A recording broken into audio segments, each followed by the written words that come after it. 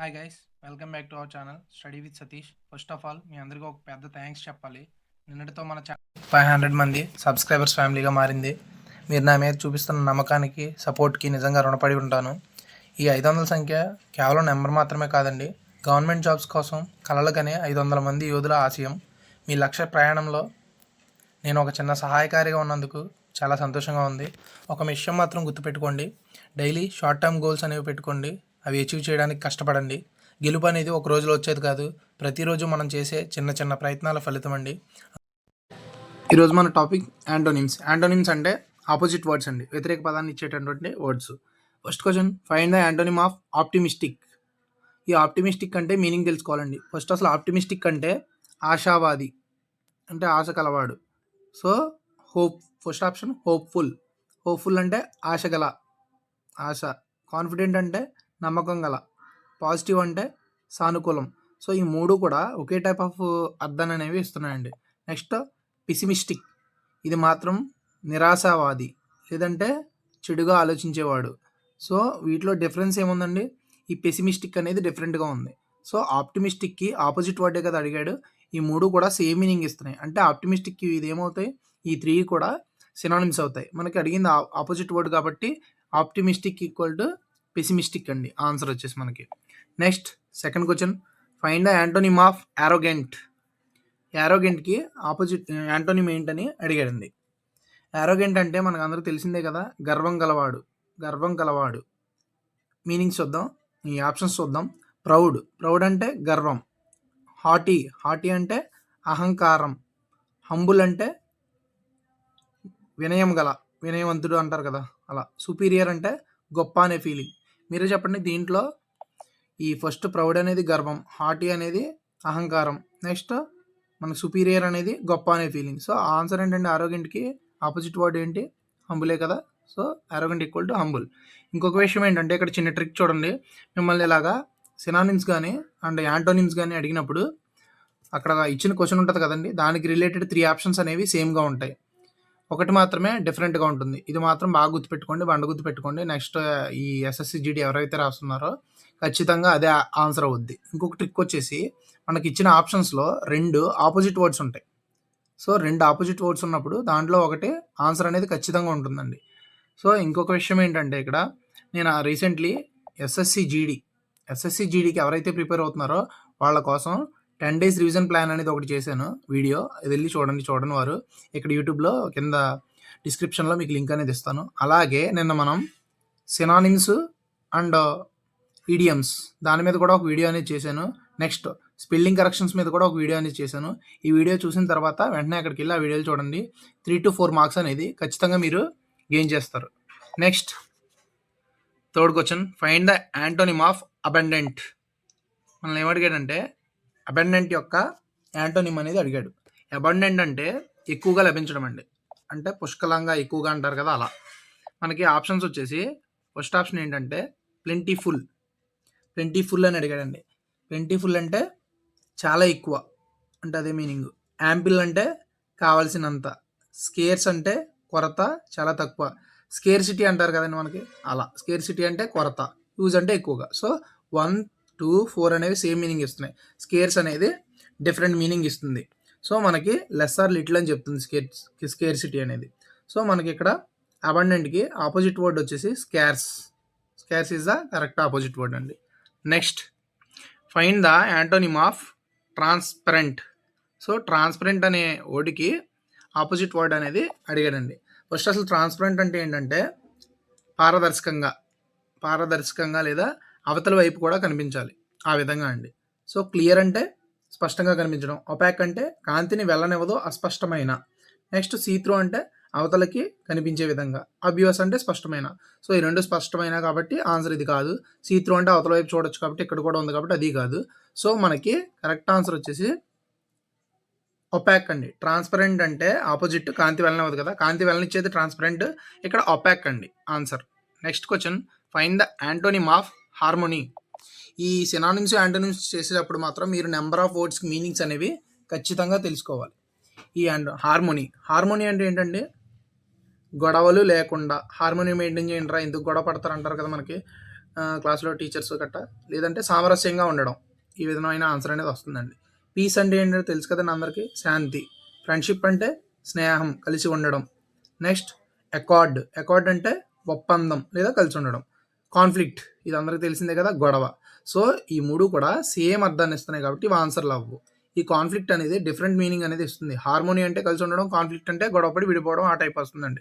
So మనకి D is the answer. Opposite word అనేది హార్మోనీకి conflict. Next question, find the antonym of diligent. Diligent అంటే కష్టపడి పని చేయడం అండి. సో హార్డ్ వర్కింగ్ అన్నా కష్టపడి పని చేయడమే కాబట్టి కరెక్ట్ ఆన్సర్ కాదు. నెక్స్ట్ యాక్టివ్ అనేది చురుకైన కాబట్టి ఇది కూడా కరెక్ట్ కాదు. లేజీ అంటే సోమరితనం, కష్టపడకుండా ఉండడం అండి. కేర్ఫుల్ అంటే జాగ్రత్తగా ఉండడం. సో ఇది మాత్రమే డిఫరెంట్ మీనింగ్ ఇస్తుంది కాబట్టి డిలిగెంట్కి ఆపోజిట్ వర్డ్ లేజీ అండి.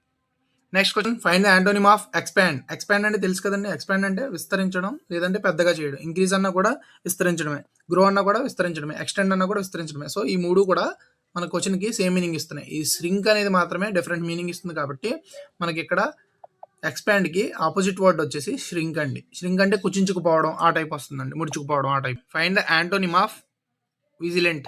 ఈ విజిలెంట్ అనే వర్డ్కి ఆపోజిట్ వర్డ్ ఏంటని అడిగాడండి. విజిలెంట్ అంటే అప్రమత్తంగా ఉండడం అండి, అప్రమత్తంగా ఉండడం. సో వాచ్ఫుల్ అన్నా కూడా అప్రమత్తంగా ఉండడం, అలర్ట్ అన్నా కూడా అప్రమత్తంగా ఉండడం. కాబట్టి ఈ 2 ఆన్సర్స్ కాదండి. నెగ్లిజెంట్ అంటే అప్రమత్తంగా లేకపోవడం, ఇది ఒకటి కరెక్ట్ అయ్యే అవకాశం ఉంది. కాషియస్ అంటే కూడా అప్రమత్తంగా జాగ్రత్తగా ఉండడం. సో మనకి విజిలెంట్కి ఆపోజిట్ వర్డ్ వచ్చేసి నెగ్లిజెంట్ అండి. Next 9th question, find the antonym of enthusiastic. ఇంతూజియాస్టిక్కి యాంటోనిమ్ అడిగాడండి. ఇంతూజియాస్టిక్ అంటే ఉత్సాహం కలిగి ఉండడం అండి. సో ఎగ్జైటెడ్ అన్నా కూడా ఎగ్జైట్ అవ్వడం ఎలా ఉంటుంది కదండి. అది ఏగర్ అన్నా కూడా ఆతృత కలిగి ఉండడం ఆ విధంగా ఉంటుందండి. సో నెక్స్ట్ ప్యాషనేట్ అంటే కూడా అంతేనండి. మనకి ఉత్సాహం కలిగినటువంటి లేదంటే తపన చేయాలనే తపన ఉండడం. అపాథటిక్ అంటే నిరుత్సాహం అంటే ఉత్సాహం లేకపోవడం అండి. సో మనకి ఇంతూజియాస్టిక్కి ఆపోజిట్ వర్డ్ అనేది apathy. Next question, find the antonym of ambiguous. అంబిగ్వియస్కి ఆపోజిట్ వర్డ్ అడిగాడండి. అంబిగ్వియస్ అంటే క్లారిటీ లేకపోవడం అండి, లేదంటే స్పష్టంగా లేకపోవడం. వ్యాగ్యూ అంటే క్లారిటీ లేని. సో ఇది ఆన్సర్ కాదు. నెక్స్ట్ క్లియర్ అంటే స్పష్టమైన.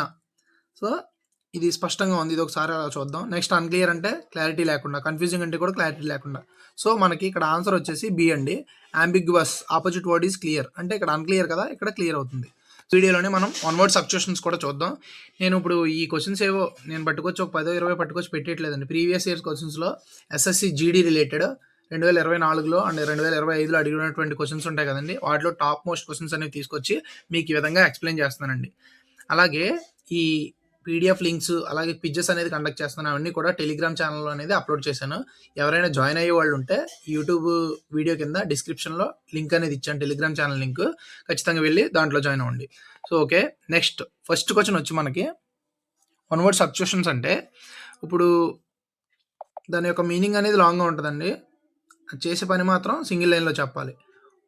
ఫర్ ఎగ్జాంపుల్ 1 హూ టీచర్స్, పెద్దగా అడిగాం కదండి. 1 హూ టీచర్స్, మళ్ళీ టీచ్ చేసేవాళ్ళని ఏమంటారండి, టీచర్. ఇలా సింగిల్ వర్డ్లో 1 వర్డ్ సబ్స్టిట్యూషన్ అనేది ఉంటుందండి. ఫర్ ఎగ్జాంపుల్ ఇదండి, 1 హూ టీచర్స్ అంటే టీచరే కదండి. ఇలా ఈ విధంగా ఉంటాయి ఇవి. 1 హూ నోస్ ఎవ్రీథింగ్, ఎవరికైతే అన్నీ తెలుసో వాళ్ళని ఏమంటారని అడిగాడండి. అంటే అన్నీ తెలిసినవాడు. ఓమ్ని ప్రెజెంట్ అంటే అంతటా ఉండేవాడు అని అర్థం. నెక్స్ట్ ఆమ్ని పొటెంట్ అంటే సర్వశక్తిమంతుడు, అన్ని పవర్స్ ఆయనకు ఉన్నట్టు ఆల్ పవర్ఫుల్ అండి అలా. నెక్స్ట్ ఆమ్ని సైంట్ అంటే సర్వజ్ఞుడు, అంటే అన్నీ తెలిసినవాడు ఈయన కూడా. నెక్స్ట్ ఆమ్ని వార్ అంటే అన్నీ తినేవాడు. సో లాజిక్ ఏంటంటే సైన్స్ అంటే నాలెడ్జ్ కదా, సైన్స్ అంటేనే నాలెడ్జ్. సో మనకి ఓమ్ని సైంట్ అంటే అన్నీ తెలిసినవాడు. ఓమ్ని ప్లస్ సైంట్ నాలెడ్జ్ ప్రకారం ఈ థర్డ్ వన్ అనేది మనకు ఆప్షన్ అండి. 1 హూ నోస్ ఎవ్రీథింగ్ అంటే omniscient. Next question, a place where birds are kept. ఈ క్వశ్చన్ మాత్రం చాలాసార్లు అడుగుతున్నాడండి. A place where the birds are kept అని చెప్పి 2023 కానిస్టేబుల్, ఆంధ్రప్రదేశ్ కానిస్టేబుల్ ఆ ఎగ్జామ్లో కూడా ఈ ఇంగ్లీష్లో ఈ బిట్ అనేది అడగడం జరిగిందండి. So a place where birds are kept. Aquarium అంటే తెలుసు కదండి, ఇది చేపల నుంచేది కాబట్టి ఇది కరెక్ట్ ఆన్సర్ కాదు. అపియరీ అంటే తేనెటీగలను పెంచేది, ఇది కాదు. యావియరీ అంటే బర్డ్స్ని ఉంచేదండి. నెక్స్ట్ శాంచువరీ అంటే జంతువులను ఉంచేదండి. So aviary is the correct answer. Next question, life history of a person written by himself. ఈ లైఫ్ హిస్టరీని తనకు తానే రాసుకుంటే తనని ఏమంటారు అని అడిగాడండి. First option biography. బయోగ్రఫీ అంటే వేరే వాళ్ళ కథని మనం రాయడం బయోగ్రఫీ. ఇది బాగా గుర్తుపెట్టుకోండి. బయోగ్రఫీ అంటే వేరే వాళ్ళ కథని మనం రాయడం. నెక్స్ట్ ఆటోబయోగ్రఫీ అంటే మన కథని మనమే రాసుకోవడం. సో, మనకు ఆప్షన్ వచ్చేసి ఆటోబయోగ్రఫీ అనేది అవుతుందండి. నెక్స్ట్ ఇవి కూడా చాలా ఇంపార్టెంట్. కాలిగ్రఫీ అంటే అందమైన చేతిరాత కలిగి ఉన్నవాడిని కాలిగ్రఫీ అంటారండి. బిబ్లియోగ్రఫీ అంటే పుస్తకాల లిస్ట్ ఉంటది కదండీ! అదండి. ఆటో అంటే సెల్ఫ్ కదా! సో, ఆటోబయోగ్రఫీ అంటే సెల్ఫ్‌గా మనం రాసుకోవడం అని అర్థం. So, life history of a person written by himself అంటే ఆన్సర్ ఆటోబయోగ్రఫీ వస్తుందండి. ఇంకొక విషయం మీరు గమనించండి. నేను ప్రతి ఆప్షన్ అనేది 4 ఆప్షన్స్ ఉంటే 4 ఆప్షన్స్ కూడా మీకు ఎక్స్‌ప్లెయిన్ చేస్తున్నాను. అంటే ఇక్కడ మనం ఒక క్వెషన్ డిస్కస్ చేసినట్టు కాదు. 4 క్వెషన్స్ అనేవి డిస్కస్ చేసుకున్నట్టు. ఎందుకంటే ఇక్కడ అడిగింది ఆటోబయోగ్రఫీ అడిగాడంటే మన లైఫ్‌ని పుస్తకంగా మనం రాసుకుంటే ఆటోబయోగ్రఫీ. సో, మీరు బయోగ్రఫీ అంటే ఏంటంటే వేరే వాళ్ళ పుస్తకాన్ని ఇంకొకళ్ళు రాయడాన్ని కూడా బయోగ్రఫీ అంటారు. అలా ప్రతిదాని మీనింగ్ ఎందుకు చెప్తున్నానంటే మీరు షార్ట్ నోట్స్ రూపంలో రాసుకుంటే మీ ఎగ్జామ్స్‌కి చాలా బాగా హెల్ప్‌ఫుల్ అవుతుంది. Next question hand writing which is difficult to impossible to read అండి. మనకి ఫోర్త్ క్వెషన్ అడిగింది ఏంటంటే చదవడానికి వీలుగా లేనటువంటి రాతని ఏమని అంటారు చేతి రాత గురించి అడిగాడండి. ఫస్ట్ ఇలిజిబుల్ చదవలేనంత గజిబిజి రాత. ఇనెలిజిబుల్ అంటే అర్హత లేకుండా ఉండడం. ఇల్లిటరేట్ అంటే చదువు రానివాడు. ఇల్లీగల్ అంటే చట్ట విరోధమైన. సో, ఇక్కడ అర్థమైపోయింది కదండి. First one is the correct answer. Legible అంటే చదవగలిగింది. దానికి ఆపోజిట్ ఇల్లిజిబుల్ చదవలేనిది. డాక్టర్ల రాత ఎలా ఉంటుందండి? ఇల్లిజిబుల్‌గా ఉంటుంది కదా! సో, ఈ 3 కాదు. First one is the correct answer. Next fifth question a person who draws or produces maps. ఏమడిగాడంటే మ్యాప్‌లని గీసేవాడిని ఏమంటారు అని అడిగాడు. సో, ఫస్ట్ ఆప్షన్ వచ్చేసి కాలిగ్రాఫర్ అందంగా రాసేవాడు. కార్టోగ్రాఫర్ మ్యాపులు గీసేవాడు. వచ్చేసింది కదండీ answer. B is the correct answer. Next choreographer డాన్సులు నేర్పిస్తారు కదండీ మనకి సినిమాలోళ్ళు. దానికి సంబంధించి. ఫోటోగ్రాఫర్ అంటే ఫోటోలు తీసేవాడు. So, answer is the B cartographer. ఇది ఒకసారి చూసేసుకొని వెళ్ళిపోతానంటే అవ్వదండి. 2, 3 సార్లు అనేది రివైజ్ చేయాలి. అలాగే షార్ట్ నోట్స్‌లో ఖచ్చితంగా వన్ టైమ్ అనేది రాసుకుంటే మంచిది. Next one who is unable to pay his debts. ఇది కూడా చాలా ఇంపార్టెంట్ బిట్. ప్రీవియస్ ఇయర్‌లో అడుగుతున్న బిట్ అండి. One who was unable to pay his debts అంటే అప్పులు తీర్చలేనివాడు. అప్పు చేసేసి తీర్చకుండా ఉండేవాడు. అలాగే దివాళా తీసినోడు. బారోవర్ అప్పు తీసుకున్నవాడు, తీర్చగలిగేవాడు. బ్యాంక్రప్ట్ దివాళా తీసేవాడు. సేమ్ మీనింగ్ వచ్చింది కదండి. చిల్లిగా కూడా లేనివాడు. లెండర్ అంటే అప్పు ఇచ్చేవాడు. మెజర్ అంటే పిసినారి. సో, ఈ 3 డిఫరెంట్. బ్యాంక్రప్ట్ అండి. One who is unable to pay his debts అంటే బ్యాంక్రప్ట్ అండి. Answer B. Next a government by the people. Next question వచ్చి మనకి ఈ గవర్నమెంట్ బై ద పీపుల్ అని అడిగాడండి. ప్రజల చేత పాలించబడే ప్రభుత్వం గురించి అడిగాడు. మోనార్కీ అంటే తెలుసా? రాజుల పాలన. కింగ్ ఆర్ క్వీన్ అనేవాళ్ళు ఈ రూల్ చేస్తారు. డెమోక్రసీ ప్రజాస్వామ్యం. నెక్స్ట్ ఆటోక్రసీ ఒక్కడే పాలించడం. నియంత డిక్టేటర్ అంటారు కదండి ఆ విధంగా. బ్యూరోక్రసీ అంటే అధికారుల పాలన. సో, ఇక్కడ మనకి ఏంటంటే డెమో అంటే పీపుల్ ప్రజలు. ఇండియాలో ఉన్నది ఏంటంటే డెమోక్రసీ. సో, ఇక్కడ ఈ గవర్నమెంట్ బై ద పీపుల్ అంటే డెమోక్రసీ ఈజ్ ద ఆన్సర్ అండి. నెక్స్ట్ ఈ స్టడీ ఆఫ్ కాయిన్స్. ఇదొకటి చాలా చాలా ఇంపార్టెంట్ అండి. నేను చెప్తున్నాను కదా ఈ క్వెషన్ అనేది లేకుండా ఎస్ఎస్సి జీడీ ఎగ్జామ్ అనేది కంప్లీట్ అవ్వదు. కానీ ఎవరి షిఫ్ట్‌లో అవుతుందో వాళ్ళకి లక్ అండి. చాలా బాగా లక్ ఇది. ఫస్ట్ ఆప్షన్ వచ్చి మనకి ఏంటంటే న్యూమిస్మాటిక్స్ అండి. ఫస్ట్ ఆప్షన్ మనకు వచ్చి న్యూమిస్మాటిక్స్ అని అడిగాడు. ఇదేంటంటే కాయిన్స్ గురించి వివరించడం. నెక్స్ట్ ఆర్కిటెక్చర్ అంటే భవన నిర్మాణాలు ఉంటారు కదా ఆర్కిటెక్ట్ అంటారు. ఆస్ట్రాలజీ అంటే జ్యోతిష్యం చెప్తారు కదండి వాళ్ళు. ఆస్ట్రానమీ అంటే ఖగోళ శాస్త్రం. సో, కాయిన్స్ మీద ఏముంటాయి మనకి నెంబర్స్ ఉంటాయి కదా. సో, న్యూమిస్మాటిక్స్ కాయిన్స్ ఇదే ఆన్సర్ అండి. Next 9th question one who loves books. ఇక్కడ ఏమడిగాడంటే పుస్తకాలను ప్రేమించేవాడిని ఏమంటారు అన్నారు. బిబ్లియోఫైల్ వచ్చిందండి ఆన్సర్. బిబ్లియోఫైల్ అంటే మనకి పుస్తక ప్రేమికుడు అని అర్థం. ఫిలాంథ్రపిస్ట్ అంటే మానవతావాది. ఎక్కడైనా ఏమైనా జరిగినప్పుడు సాయం చేసే వాళ్ళని ఫిలాంథ్రపిస్ట్ అంటారండి. మిసోగ్నిస్ట్ స్త్రీలని ద్వేషించేవాడండి. ఈయన్ని మిసోగ్నిస్ట్ అంటారు.